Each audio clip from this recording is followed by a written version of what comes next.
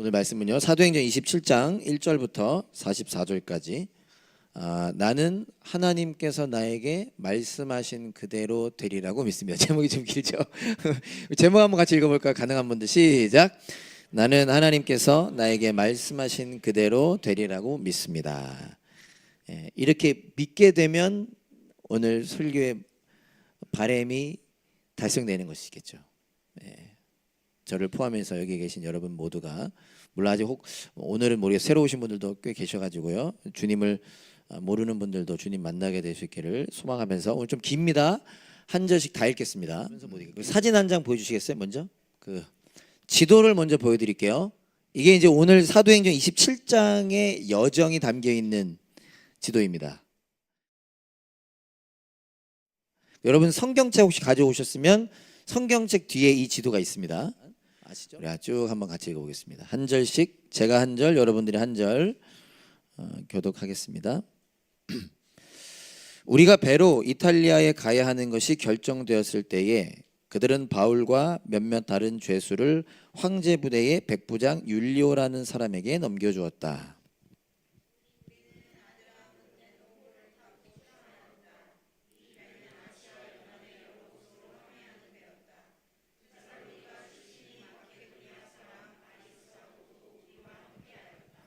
이튿날 우리는 시돈의 배를 대었다. 율리오는 바울에게 친절을 베풀어 친구들에게로 가서 보살핌을 받는 것을 허락하였다.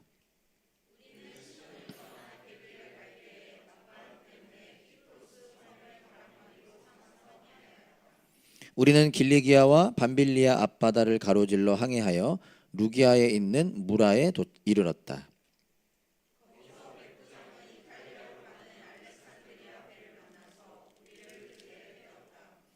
우리는 여러 날 동안 천천히 항해하여 겨우 니도 앞바다에 이르렀다.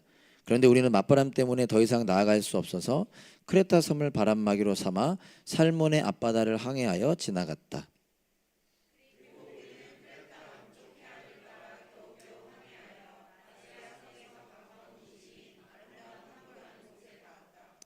많은 시일이 흘러서 금식 기간이 이미 지났으므로 벌써 항해하기 위태로운 때가 되었다.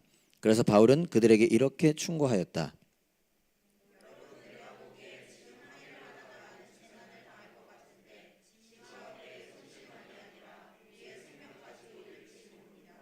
그러나 백부장은 바울의 말보다는 선장과 선주의 말을 더 믿었다.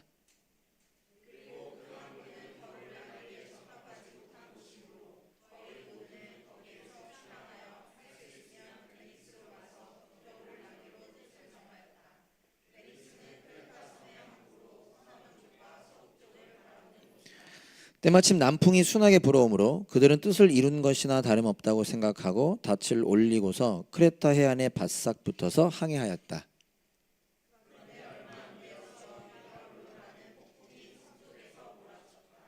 배가 폭풍에 휘말려서 바람을 맞서서 나아갈 수 없으므로 우리는 체념하고 떠밀려 가기 시작하였다.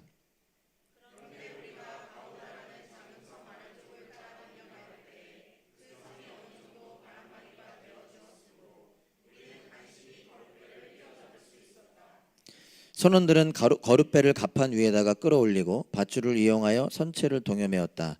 그리고 그들은 리비아 근해의 모래톱으로 밀려들까 두려워서 바다에 닻을 내리고 그냥 떠밀려 가고 있었다.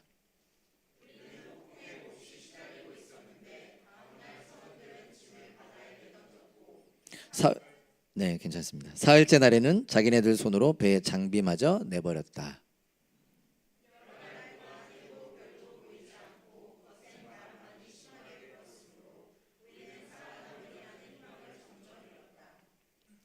그림 그려가면서 읽고 계시죠? 네.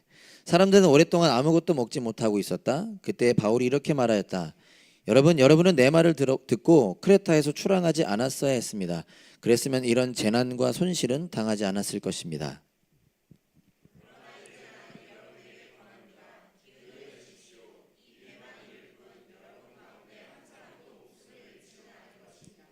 바로 지난밤에 나의 주님이시요 내가 섬기는 분이신 하나님의 천사가 내 곁에 서서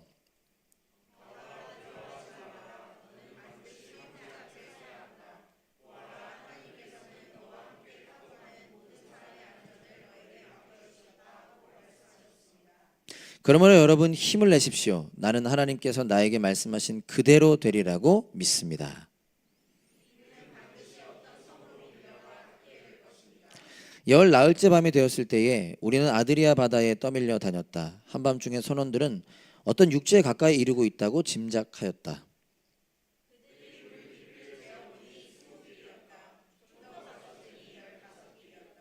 우리는 혹시 암초에 걸리지는 않을까 염려하여 고물에서 닷 4개를 내리고 나리 3개를 고대하였다.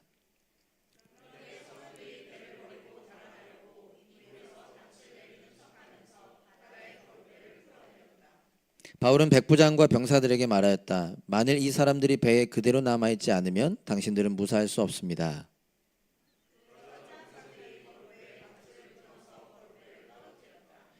날이 새어 갈 때에 바울은 모든 사람에게 음식을 먹으라고 권하면서 말하였다.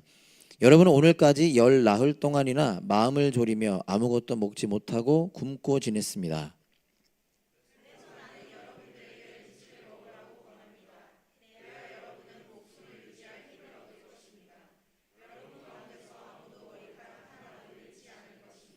바울은 이렇게 말하고 나서 빵을 들어 모든 사람 앞에서 하나님께 감사를 드리고 떼어서 먹기 시작하였다.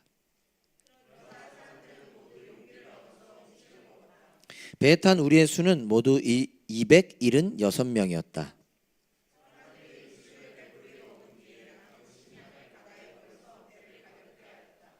날이 새니 어느 땅인지는 알 수 없지만 모래밭이 있는 항만이 보였다.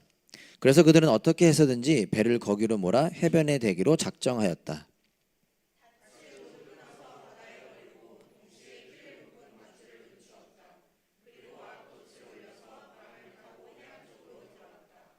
그런데 두 물살이 합치는 곳에 끼어들어서 배가 모래톱에 걸렸다. 이물은 바뀌어서 움직이지 않고 고물은 심한 물결에 깨졌다.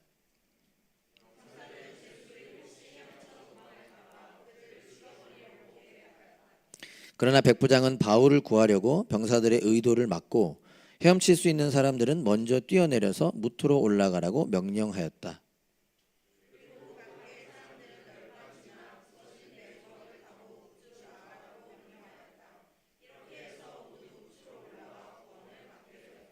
아멘. 쉽죠? 우리 한 번 더 기도하고 말씀 나누겠습니다. 하나님, 오늘도 예배 가운데 말씀 나눌 수 있어서 감사합니다. 우리가 말씀을 경험하고 말씀을 깨닫고 말씀을 살아가는 인생들이 되게 하여 주십시오. 사도행전의 이야기가 바울의 이야기가 우리의 이야기가 될 수 있기를 소망합니다. 또 그렇게 될 줄 믿습니다. 그 은혜를 누리는 우리 모두가 되게 하여 주세요. 예수님의 이름으로 기도합니다. 아멘. 오늘도 함께 고백해 봅시다. 오늘은 조금 바꿨습니다. 우리 캠프도 갔다 왔으니까 신앙의 엔진을 새롭게 하라. 제가 아침에 재밌는 얘기를 들었습니다. 뭐 비밀 이름 이런 건 안 들었으니까 괜찮죠? 은혜를 받고 왔는데 신캠프 때 엄청난 은혜를 그 은혜가 기억이 안 난다는 거예요. 너무 열심히 듣다 보니까 필기를 못 해갖고 여러분도 기억나세요? 제가 웃었는데 근데 물어보면 설교 뭐 생각나는 거 있어요? 그러니까 여러분께 조금이나마 도움을 드리면 주제가 신앙의 엔진을 새롭게 하라였죠. 우리가 은혜를 많이 받았잖아요. 그럼 신앙의 엔진을 새롭게 하라고 했던 전제는 우리가 새로워질 필요가 있다. 뭐 인정 안 할지도 모르지만 우리 각자가 새로워져야 하는 필요, 새로워져야 하는 부분이 있다. 그 주님이 우리를 그걸 새롭게 하실 것이다. 어떻게? 세 가지를 나눈 거죠. 그 내용이 무엇인가? 첫날이 여러 가지 표현할 수 있겠지만 첫 번째 설교가 복음, 구원에 대한 거였고 두 번째가 기도에 대한 거였고 세 번째가 하나됨에 대한 거였죠. 그러고 나서 이제 여러분이 필기한 거나 이렇게 녹화한 거 있으니까 그거 이렇게 들으시면서 이렇게 하시면은 도움이 되시지 않을까. 요것들을 통해서 우리가 새로워질 수 있다라는 은혜를 나눠주신 거죠. 그러한 의미로 우리 한 번 더 고백해 봅시다. 신앙의 엔진을 새롭게 하자. 또 하나가 되게 해주신 것을 힘써 지키자. 각자의 삶에서 나의 사도행전을 쓰자. 아멘. 이제 오늘 다음 주로 사도행전 끝나게 됩니다. 다 다루진 못했지만 우리 안에 그 사도행전 안에서 역사하신 그 성령님의 역사가 은혜가 저와 여러분들에게 있기를 소망하는 마음으로 오늘도 같이 말씀 좀 나누면 좋겠습니다. 오늘 본문은 지도 다시 한번 보여주시면 이 내용입니다. 가이사랴에서 출발해서 오 할렐루야 좋습니다. 그 다음에 쭉 가가지고 이게 구브로 키프로스죠. 그 다음에 왼쪽에 보면 저기 멜리데라고 하는 곳에 지금 도착하면서 오늘 본문이 끝났습니다. 우리 성경엔 다음 주에 나오는데요. 몰타라는 섬이죠. 저게 지금 도착한 거예요. 그리고 이쪽에서 이 지중해라고 써 있는 이 윗바다에서 한 14일 정도 폭풍 속에 헤맸던 거죠. 오늘 본문은 이렇게 요약할 수 있습니다. 바울이 배를 타고 로마로 압송되는 이야기입니다. 그러니까 죄수잖아요. 죄인의 신분으로 로마에서 제가 시저에게 심판받겠습니다. 그래서 거기로 가는 장면이죠. 이걸 다르게 어떻게 또 표현할 수 있냐면 여러분 들어보셨나요? 오늘 사도행전 27장을 전문 용어로 바울의 4차 전도 여행이라고도 표현합니다. 우리가 지난번까지 3차까지 봤죠. 바울의 1차, 2차, 3차 그리고 3차 마지막에 바울이 잡혔잖아요. 그리고 계속해서 심판받고 재판받았죠. 그리고 이제 로마로 끌려가는데 이걸 우리가 성경을 이제 읽으면서 뭐라고 표현하냐면 겉으로 볼 때는 바울이 배 타고 끌려가는 장면인데 이거를 우리는 바울의 4차 전도 여행, 선교 여행이라고 표현합니다. 그는 죄수의 신분으로 배에 갇혀서 끌려가는 거였지만 그게 아니었죠. 그 배에서의 시간도 예수님을 전하고 나타내는 삶을 살았습니다. 특별히 마지막에 보면 우리가 알 수 있었는데요. 바울과 함께 배를 탄 사람이 몇 명이었죠?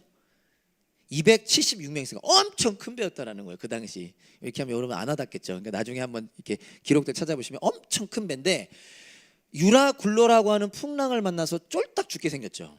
이게 유라굴로가 이게 태풍 이름은 아닙니다. 유라 저도 좀 헷갈리는데 북쪽이라는 뜻이고요. 굴로 동쪽 그래서 북동쪽 방향 북동양 폭풍이었다는 건데 이 유라굴로 광풍을 만나 광풍 미친 바람이잖아요. 엄청난 폭풍을 만나서 다 죽게 생겼는데 이 276명이 살아나게 됐죠. 근데 엄밀히 말하면 누구를 통해 살아나게 된 겁니까? 바울을 통해 살게 됐죠. 그래서 우리는 바울의 4차 전도 여행이라고 부릅니다. 그래서 이게 오늘 본문의 핵심인데요. 오늘 본문을 통해서 우리가 세 가지를 나누고 그 중에 한 가지라도 생각해보고 기억할 수 있으면 좋겠습니다. 첫 번째는요. 신캠프 은혜 제가 제일 은혜 많이 받은 것 같아. 제일이라고 하면 또 안 되나? 저도 은혜를 많이 받은 것 같아요. 제가 홍 목사님께 은혜를 참 많이 받았는데 그 기억이 나면서 하나 가져왔습니다. 여러분 기억하실 것 같은데 첫 번째 오늘 본문을 통해 기억하고 싶은 건요. 약속이 사고와 상황을 지배하게 하라. 두 번째 무엇이 진짜인지를 알라. 세 번째 구원을 살라. 사실 여러분 다 잘 아는 내용입니다. 어떤 의미에서 우리 신캠프 때 들었던 내용도 다 알던 내용이었지만 몰랐던 내용이었죠.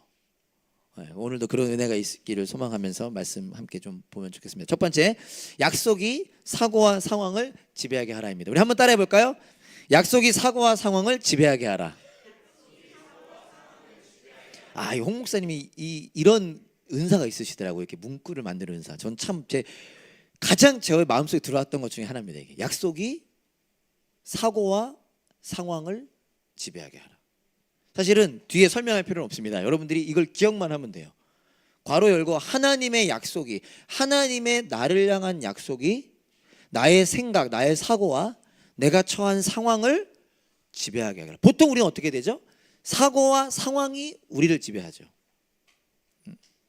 그러나 반대로 오늘 다시 우리가 약속이 나의 사고와 상황을 지배하게 하라. 오늘 본문의 핵심도 그거라고 저는 생각합니다.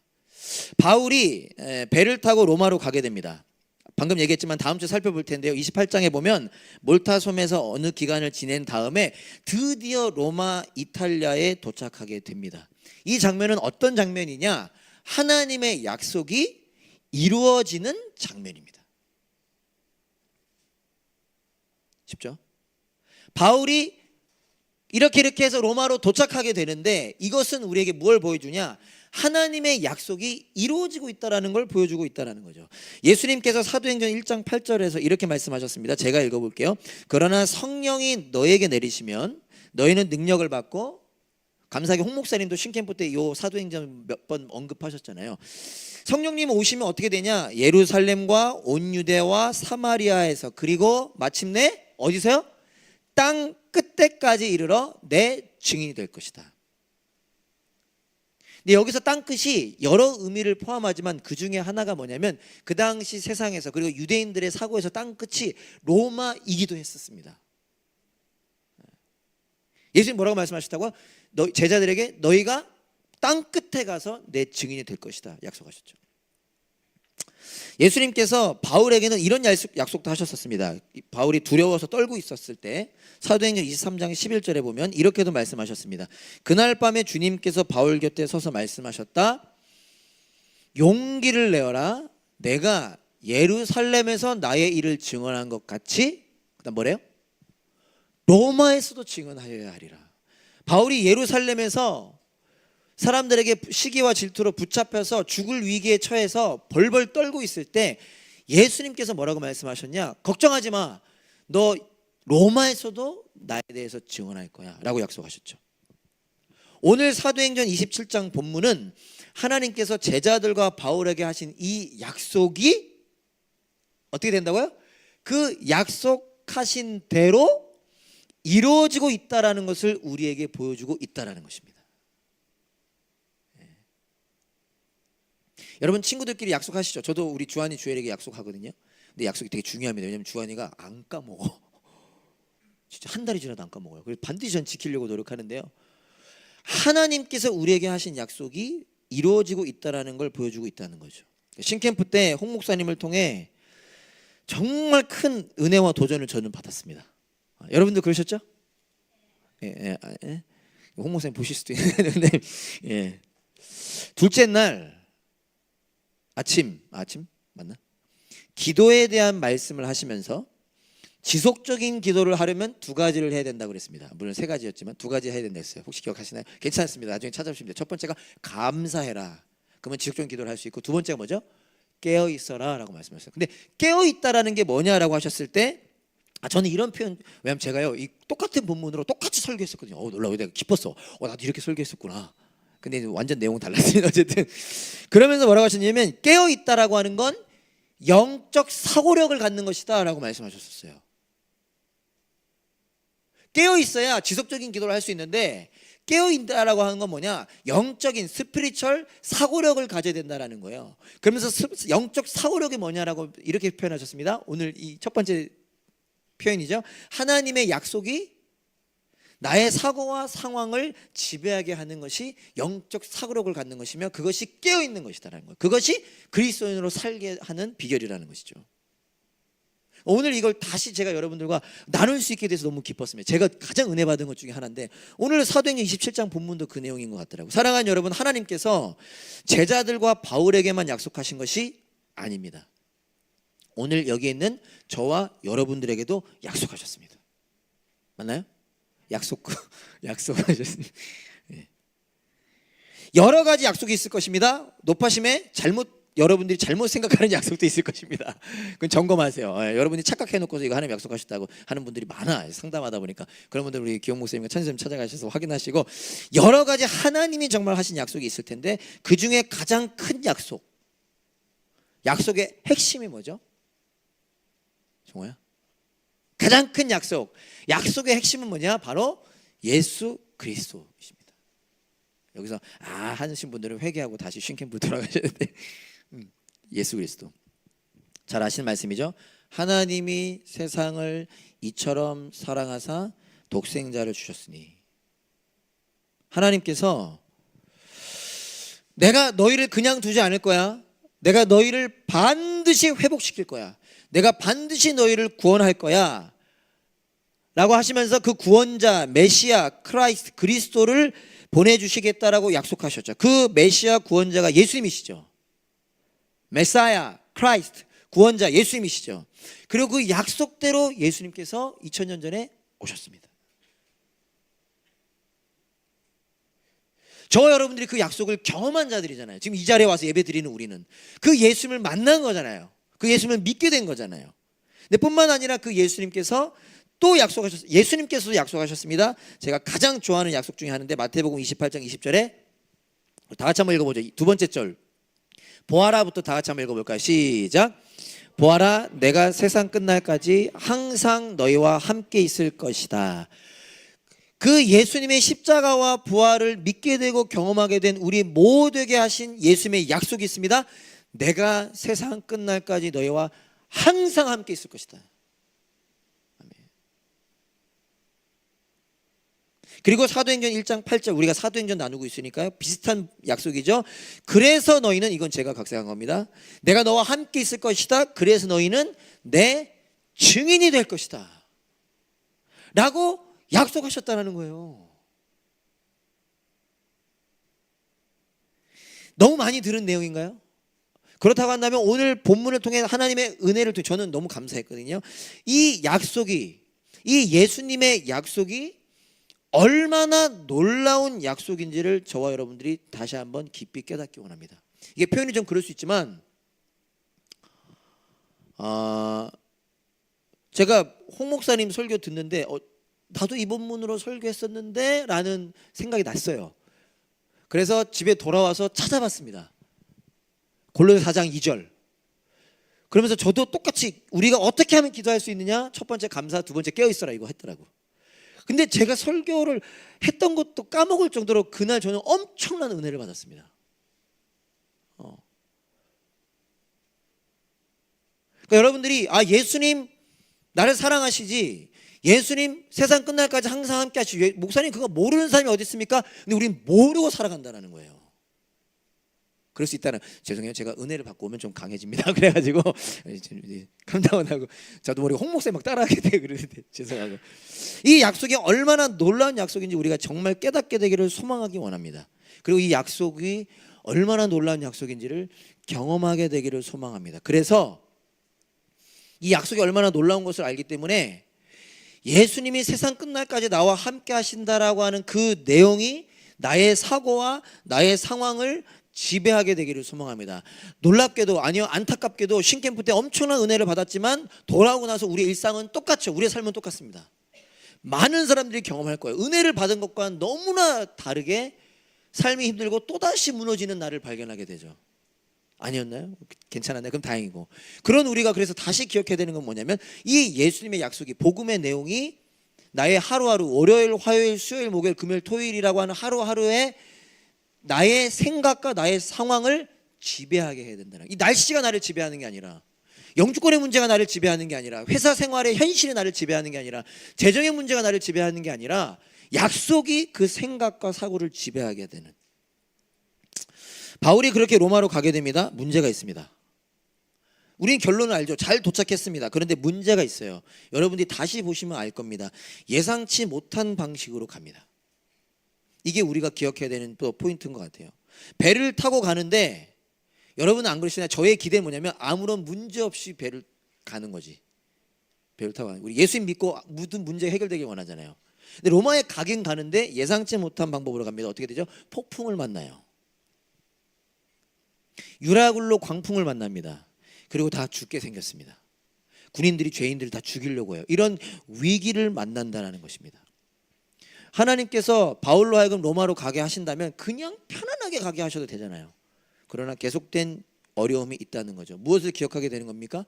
하나님의 일하심은 우리의 기대와 같으면 좋겠지만 다를 확률이 크다. 그러니까 저는 다를 수 있다. 확률이 큰지는 모르겠어요. 어떤 사람은 안 클 수 있고 작을 수 있고. 하나님의 일하심은 우리의 기대와 다릅니다.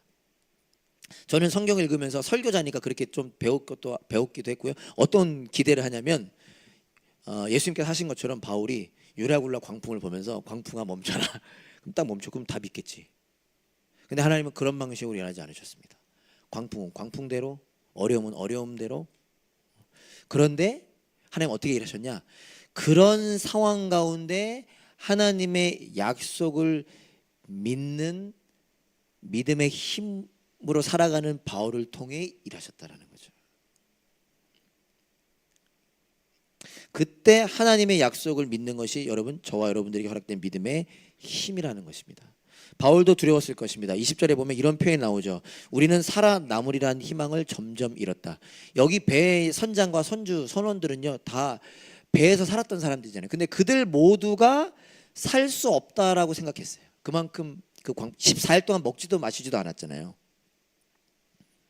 근데 그때 바울에게 하나님께서 뭐라고 말씀하셨냐면 24절에 보면 너는 반드시 황제 앞에 서야 한다. 그럼에도 불구하고 쉽지 않았을 겁니다. 왜죠? 여전히 그 말씀 후에도 폭풍은 있었고 풍랑은 있었고 사람들은 서로 죽이려고 했고, 그런데 바울이 어떻게 했어요? 그런 상황 가운데 바울은 하나님의 약속, 그 약속, 너가 반드시 황제 앞에 서야 한다라는 약속을 붙잡고 의지했습니다. 그래서 오늘 제목으로 따왔죠. 이렇게 말하죠. 나는 하나님께서 나에게 말씀하신 그대로 되리라고 믿습니다. 어떤 상황이에요? 유라굴로 광풍의 상황 속에서 이제 죽을 수밖에, 우리는 다 죽었습니다 라고 말하는 사람들의 선장과 선주의 말 속에서 14일 동안 해도 별도 보이지 않고, 얼마나 낙심했으면 그들이 먹을 게 없어서 안 먹은 게 아니라 안 먹었잖아요. 먹을 수가 없어서 그 낙심 때문에. 그런 상황 속에서 바울 한 사람만 뭘 한 거예요? 반드시 우리는 로마로 갈 것이다. 이 약속이 우리의 상황, 우리의 기대와는 다를지 몰라도 반드시 이루어질 거라고 하는, 하나님 말씀 그대로 이루어질 거라고 하는 그 믿음으로 바울은 살았던 것이죠. 그래서 여러분, 제가 시간 관계상 자세히 말 못하지만요, 바울은 어떻게 사느냐, 절망적이지도 않고요 수동적이지도 않습니다. 이게 우리 그리스도인들의 모습입니다. 이런 풍랑에서 우리는 어떻게 해야 돼요? 보통 절망적이어야 되죠. 아니면 하나님 분명히 약속하셨으니까 분명히 될 거야, 수동적이게 되죠. 그러나 바울은 절망적이지도 않고 수동적이지도 않아요. 어떡하냐? 두려움을 이겨냈고 절망을 이겨낸 거죠. 믿음의 삶을 살아냈습니다. 적극적으로 살아낸 거죠. 우리의 삶도 쉽지만은 않습니다. 저도 쉰캠프 때 은혜를 진짜 여러분들한테 보여주고 싶어, 다 보여주고 싶어, 엄청 받았거든요. 돌아오자마자 나의 일상은 똑같습니다. 애들은 안 자고, 이런저런 어려움들이 있고, 구여인들의 아픔은 그대로고, 내 체력은 이상하게 피곤한, 저 아무것도 안 했는데 피곤한 거예요. 그래서 내가 놀라서, 홍 목사님은 어떻게 저렇게 설교를 저렇게 하셨는데도, 와. 근데 비밀입니다. 도착하셔서 조금 몸살기가 있으셨던 것 같아요. 저한테 그렇게 표현하신 걸 보면 아프셨어. 근데 괜찮아지고 이렇게 얘기하시더라고요. 쉽지만 않습니다. 그러나 우리는 약속이 있는 자들이라는 걸 오늘 다시 한번 생각합시다. 여러분, 신캠프 때 받은 은혜가요 진짜입니다. 가짜가 아니에요. 내가 연약하고 이 세상이 악한 거죠. 우리는 어떻게 해야 되느냐? 절망해서도 안 되고 수동적이어서도 안 되고 다시 그 약속을 기억해야 되는 겁니다. 약속이 현실이 돼야 되는 거죠. 이 세상이 현실이 아니라. 약속을 붙잡을 수 있고 기억할 수 있고 의지할 수 있습니다.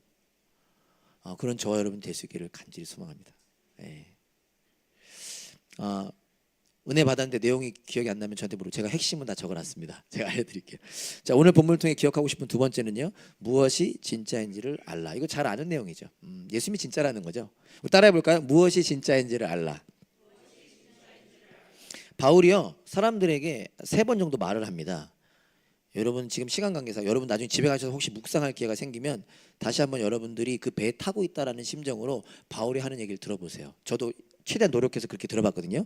10절에 먼저 바울이 뭐라고 얘기하냐면, 사람들에게, 여러분 이제 막 출발하고 있을 때 내가 보기에 지금 항해를 하다가는 재난을 당할 것 같은데 짐과 배의 손실만이 아니라 우리의 생명까지도 잃을지 모릅니다 라고 얘기해요. 바울이. 누가? 죄수 바울이. 나이도 많이 들었을 거고 지금 출발하면 안 된다는 거야. 여러분들이 그 배에 타고 있었다, 여러분 선장과 선주다, 느낌이 어떠셨을 것 같아요? 그 호주에 처음 오신 분도 아직도 그런 분들이 있더라고. 막 호주 전역에 공항에 막 캥거루가 뛰어다니고 있다라고 생각하는 분들이 아직도 있더라고. 저 호주 멜번에 16년 정도 살았거든요. 어쨌든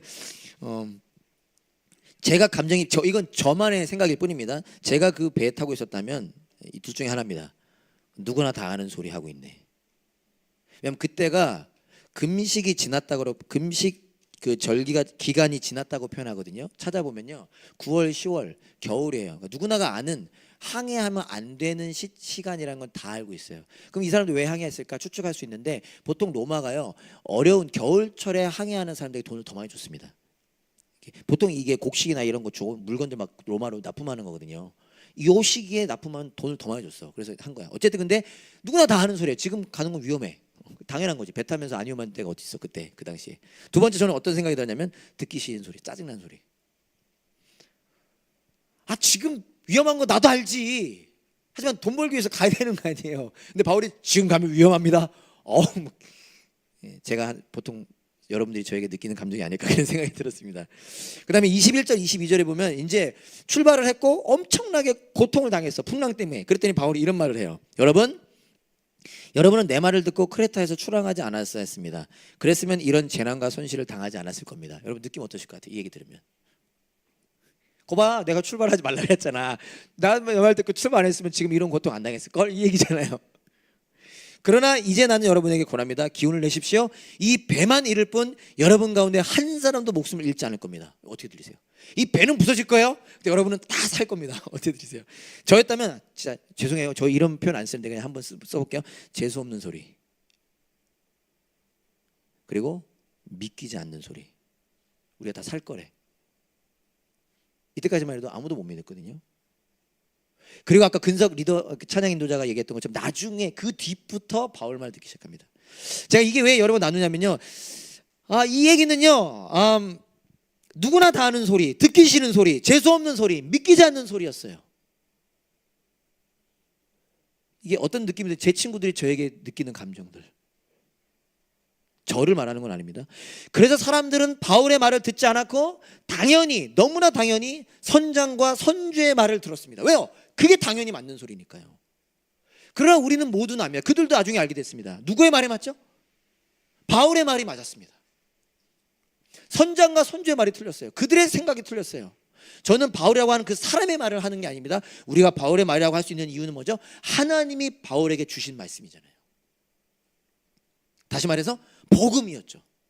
바울이 복음을 전했는데 사람들은 듣기 싫었고 짜증이 났고 화가 났고 믿기지 않았습니다. 그러나 그것은 복음이었습니다. 감사하게 나중에 그들이 깨닫게 되죠. 우리가 잘 아시는 말씀 고린도전서 1장 18절 다 같이 한번 읽어볼까요? 시작. 십자가의 말씀이 멸망할 자들에게는 어리석은 것이지만 구원을 받는 사람인 우리에게는 하나님의 능력입니다. 글쎄 여기 계신 여러분들 대부분이 아마 예수님 믿는 분들 같은데 여러분들 동의하시죠? 십자가의 말씀 여러분 친구들에게 안티크리스찬들에게 얘기해 보십시오. 그거만큼 비웃음 당할 이야기들이 없죠. 어리석은. 예수님이 진짜고 십자가에 날 위해 죽으셨다고? 저도 비웃음 많이 당해봤습니다. 그러나 우리는 알죠. 구원을 받는 우리는 알죠. 이것이 하나님의 능력이라는 걸 알죠. 1년에 한 번씩 신캠프 왜 가는 줄 아세요? 재정 많이 들어가는데 그 한 사람 예수님 만나기를 바라는 마음으로 그 한 사람 다시 우리가 그 은혜를 회복하기를 바라는 마음으로 갔다 와서 다시 무엇이 진짜인지를 아는 자로 살아가기를 바라는 마음으로 신캠프 가는 것이죠. 본문 18절 19절을 보면요. 여러분들 아마 여러분들 공감하실 겁니다. 놀라운 장면이 나옵니다.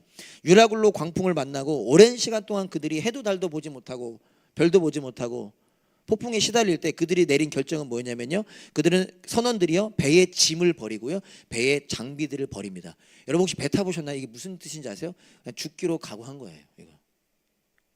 그러면서 여러분 배의 짐을 버린다는 게 놀라운 일입니다. 왜냐하면 이들이 배를 탄 이유가 짐 때문이에요. 나중에 찾아보시면요. 여러분 고고학 들어보셨죠? 고고학. 해저학 이런 것도 있다고 그래요. 그러니까 지금 실제로 그 당시 시절에 침몰됐던 그 배의 물건들을 확인할 수 있는 기술이 지금 뭐 오래됐죠. 있잖아요. 그 당시에 이 짐들이 어마어마한 가치의 짐들입니다. 그냥 돈이야 돈, 금 막 이런 거야. 예를 들자면. 근데 그것들을 그들이 버린다라는 건 말도 안 되는 겁니다. 그 놀라운 가치들을 버리는 그것 때문에 배 탔는데 그걸 다 버려. 그리고 배의 짐들을 다 버리죠. 그 기구들을. 이유는 간단합니다. 그것 때문에 탔지만 폭풍 때문에 죽게 생겼으니까. 내 목숨 저것보다 뭐가 더 중요한 거예요? 저것보다는 내 목숨이 더 중요한 거죠. 죽을 것 같으니까 가장 중요했던 것을 버린 것입니다. 그럼 그전에는 왜 버리지 않았을까요? 죽지 않을 거라 생각했으니까요. 살 수 있을 거라 생각했으니까요. 다른 말로 물론 그렇게 직접 생각하지 않았겠지만 영원히 살 거라고 생각했으니까 이 땅이 영원할 거라고 생각했으니까요. 그래서 돈이 제일 중요하다고 생각했으니까요. 그러나 죽음 앞에 그들이 상상하지 않았던 죽음 앞에 그들은 그게 아니라는 것을 깨달은 것이죠. 그들은 죽음과 영혼을 몰랐던 것입니다. 사랑하는 여러분, 우리에게 너무 익숙한 내용이지만요, 요한은 말하기를 하나님께서 예수님을 보내주신 이유가 뭐죠? 요한복음 3장 10절, 멸망하지 않고 영생을 얻게 하려 하심이라. 요한복음을 통해 요한은 우리에게 분명히 얘기하고 있습니다. 우리 모두는 두 길밖에 없다라는 거예요. 우리 인생의 끝은 멸망이냐 영생이냐. 근데 사람들은 관심도 없습니다. 저도 그랬었습니다. 왜죠? 나 지금 몇 살이다? 42살밖에 안 됐으니까요. 몸 형편없긴 하지만 건강하니까요. 그러나 예수님께서 말씀하십니다. 멸망이 있고 영생이 있다. 우리 인생 길어야 100년, 그 뒤에 심판이 있고 영원이 있다라는 것입니다. 더 중요한 건 그것을 깨닫게 하시는 예수님이 있다라는 것이죠. 제가 따라하려다 따라하지 않겠습니다. 홍 목사님이 이렇게 외치셨습니다. 여러 번 비슷하게. 여러분은 예수님이 필요하십니까? 외치셨어요. 여러분은 예수님이 필요한 인생이십니까? 여러분, 우리는 이미 경험했습니다. 혹 경험하지 못한 분들이 있다면 경험하길 원합니다. 예수님만이 길이요 진리요 생명이십니다. 그분만이 생명이세요. 그분이 우리를 만드신 분이고 그분이 우리를 구원하신 분이며 그분만이 우리를 해결하실 수 있는 분이십니다. 무엇이 진짜인지를 아는 저와 여러분 될 수 있기를 간절히 소망합니다. 신기부 때 그것을 경험하셨다면 붙잡으십시오. 세상에 속지 마십시오. 그런 저와 여러분 될 수 있기를 간절히 소망합니다. 마지막입니다. 오늘 본문을 통해 기억하고 싶은 세 번째는요, 구원을 살라입니다. 한번 따라해볼까요? 구원을 살라. 좀 추상적인데 또 알겠죠, 여러분. 뻔한 얘기죠. 구원을 살라. 배에 탄 사람들은 모두 바울을 통해 목숨을 건지게 됩니다. 너무 감사하죠.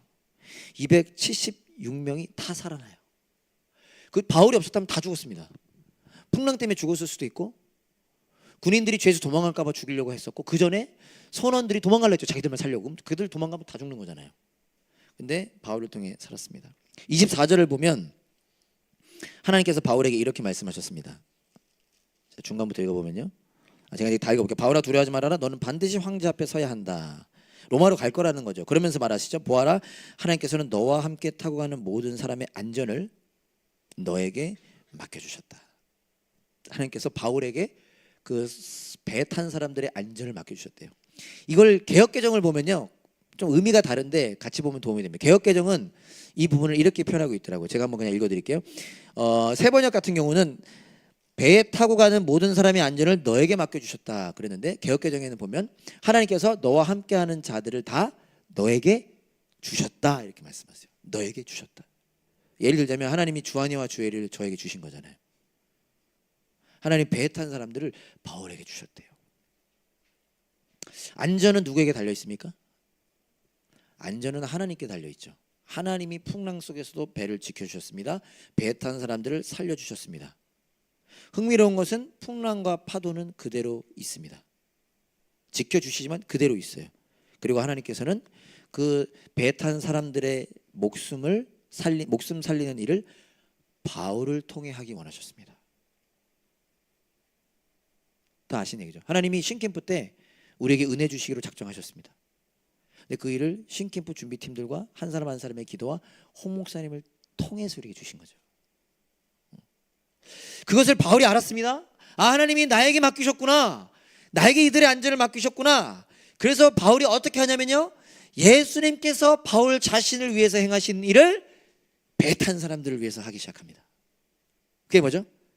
그들을 위해 기도했고, 그들을 격려했고, 그들을 섬겼습니다.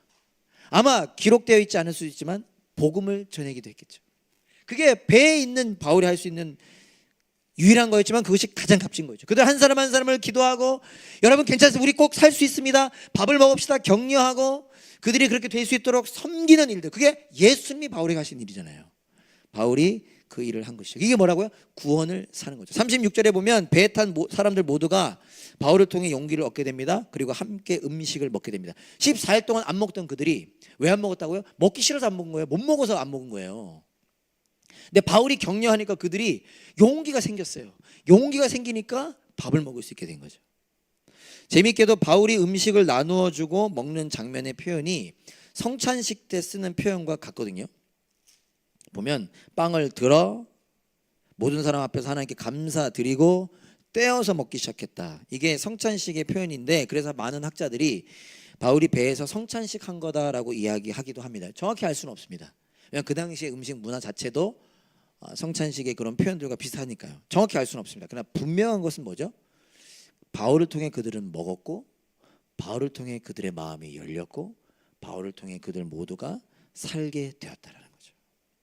하나님이 276명의 삶을 목숨을 바울을 통해 살리셨다라는 것입니다.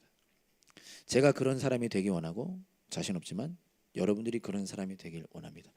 툰 라이트라고 들어보셨나요? 신약 학자인데요. 그분이 이런 표현을 했습니다. 잘 들어보세요. 구원이 무엇인지를 표현하면서 구원의 온전한 의미는 단지 영혼이 아니라 인간 존재 전체에 대한 것이며, 이해되세요? 그러니까 우리가 단지 우리의 영혼이 구원받는 것만이 아니라 우리의 모든 삶의 전체를 말하는 거라는 거고요. 미래에 대한 것만이 아니라 현재에 대한 것이며 하나님이 우리 안에서 그리고 우리를 위하여 하실 뿐만 아니라 우리를 통하여 하시는 일에 대한 것이다. 이해되시죠? 그러니까 구원은 하나님이 우리를 위해서만 하신 것이 아니라 우리를 통해서 하시는 것이기도 하다라는 거예요. for만 아니라 through. 그러니까 하나님이 우리 담없는 교회를 구원하신 것만이 아니라 담없는 교회를 통해서 구원하기를 원하신다는 것이죠. 그런 의미로 구원을 살아야 하는 것입니다. 이것이 우리에게 맡겨진 삶입니다. 많은 사람들이 우리의 삶이 고난의 연속이라고 표현하잖아요. 어쩌면 우리의 삶이 바로 그 바울이 탄 배와 같을지 모르겠습니다.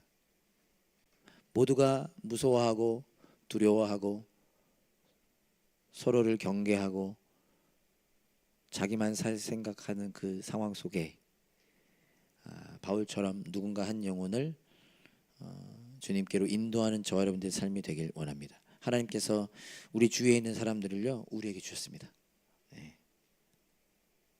예수님께서 우리에게 하신 것처럼 우리도 그들에게 하기를 원하시고 그렇게 할 수 있습니다. 예수님을 바라보고 따라가는 저와 여러분들의 삶이 될 수 있기를 간절히 소망합니다. 우리 함께 찬양하겠습니다.